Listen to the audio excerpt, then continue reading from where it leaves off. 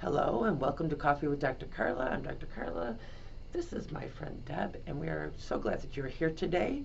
And today we're going to talk about a few different things related to mental health and hopefully start to end the stigma. So you and I have known each other a long time. Long time. And one of the things we have talked about probably more recently is how, since you've had the pleasure of retiring, how you've been noticing how people treat older folks. Oh my God. Ageism, I guess. Oh, right? yes. And it's frustrating for me because it isn't just about being old. It's being old, it's being a woman, and it's being dismissed. Going from a person in the education system that was well respected and I had good success, and all of a sudden not to be listened to anymore, having things just go south is frustrating. Yeah. And I mean, you do bring up an interesting point that it isn't just about the age. You know, also as a woman, then if we voice our opinion with any sort of passion, then we get labeled as well. Ooh. Right? And so Passion? It's not passion, it's anger. oh, Oh my God. yeah. No, it's passion. Right. And sadly, I mean, I wish I could say this just happens when you hit a certain age, but even when I went back to school for my counseling degree, I was, I was in my mid-40s, and I had these 23-year-old, students saying, well, maybe that's how they did it in the old days. Back in my day. Yeah. I'm like, oh, last week when I was working with Yeah. those people? Yeah, right. So the ageism shows up in a whole lot of different ways. And early. And sometimes very early. And depending on who you're working with. Right. I think there are some people that handle it very well, and we have conversations, and it's great, and there's no problem. But walk into a situation where they're just a little hostile in your general direction, and it goes south so fast. Right. Yeah, it's hard. So Yes. how do you deal with that frustration?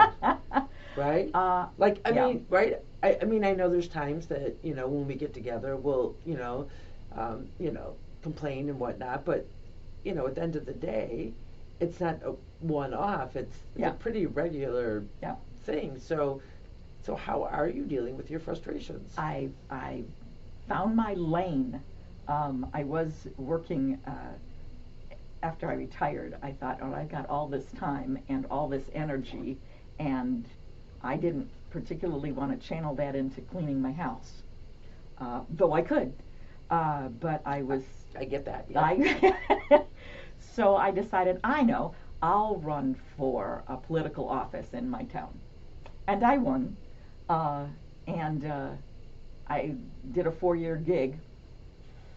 6 months into it, I realized I had made a tragic, horrible mistake because the people that surrounded me were not willing to talk in terms of my knowledge and experience, but more in my attitude, and it was awful. It was truly awful. I was on a countdown almost from the get-go. So I decided that what I really wanted to do was be queen of the world. That was not possible, unfortunately. So I hear the job's taken already. I Yeah. know, doggone it. It's sad. So I started a foundation and started filling in on the places that I could to make the place where I live better. I was content because I didn't have to beat anybody over the head in order to be listened to. So that was my particular way out. Also, I think finding people that support you. Yeah. And so,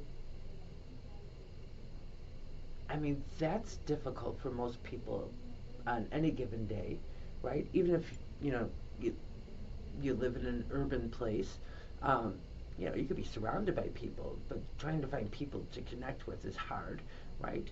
Going places and connecting with people who like to do the same things that you like to do, right?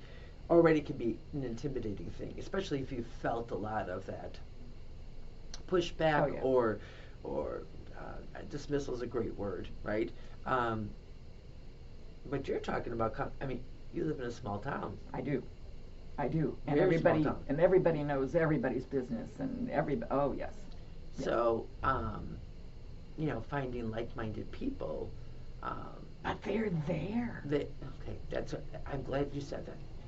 So, what were the efforts you took to find those people? Because I'm sure they weren't the obvious folks, right? Because my sense, throughout the years is that there's a certain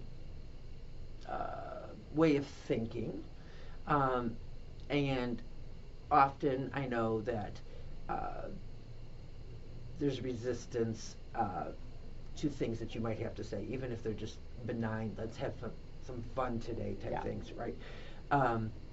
So how did you wade through all of those people to find the ones that do jive with you, who do I understand think, how you think? I think that what I did was I found other people who, for good or ill, were treated the same way. Okay.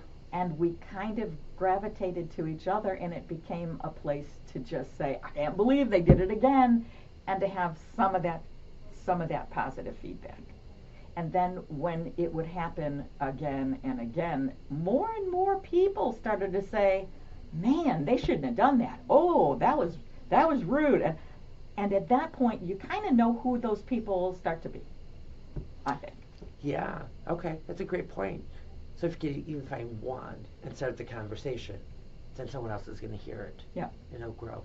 Yeah, I think we get discouraged. I know I have. I can't imagine other people haven't.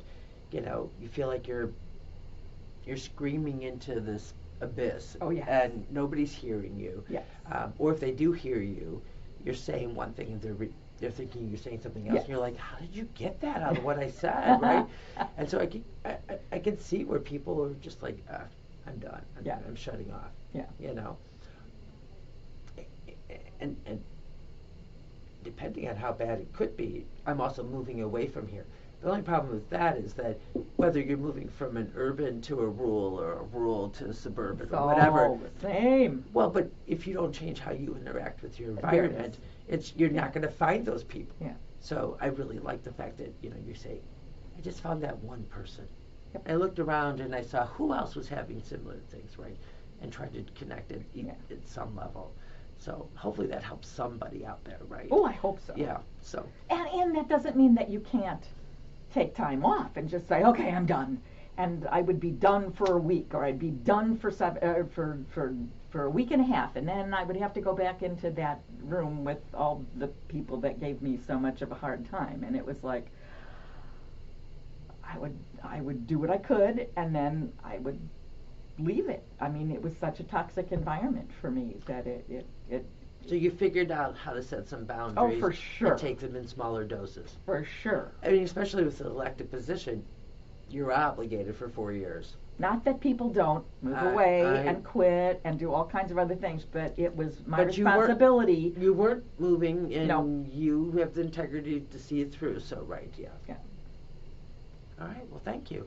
So remember, you can change your thoughts, discover your potential, and transform your life by focusing on your overall well-being. So until next time, continue working on being the best you possible. Bye. Bye.